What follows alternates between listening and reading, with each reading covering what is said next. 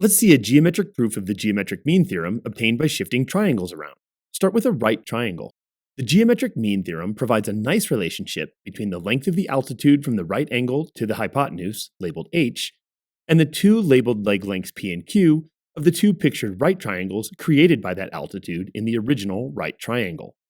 To see this relationship, first we note that the top angle in the red right triangle is congruent to the lower right angle in the green right triangle.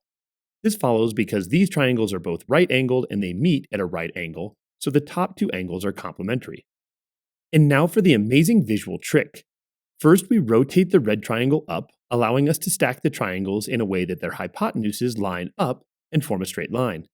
This is possible because of the shown congruent angles. Then we do the same thing. Rotate the red triangle up, but now stack them in opposite order, with the green triangle on top. Again, the hypotenuses line up to form a straight line. But then we can fill in the empty space in both of these diagrams to create a new right triangle.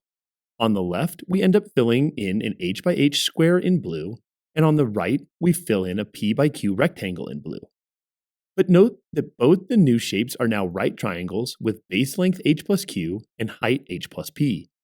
This means that they are congruent right triangles and thus enclose the same area. They have matching red areas and green areas, and so that means the blue areas must also be equal to each other. On the left, the blue area is h squared, and on the right, the blue area is p times q. Therefore, we conclude that the area in the blue square, h squared, is equal to the area in the blue rectangle, which is p times q. So h squared is p times q, and this means that h is equal to the square root of p times q. And this is the geometric mean theorem. The altitude on the hypotenuse of a right triangle has length given by the square root of the product of the lengths of the two line segments on the hypotenuse created by the altitude.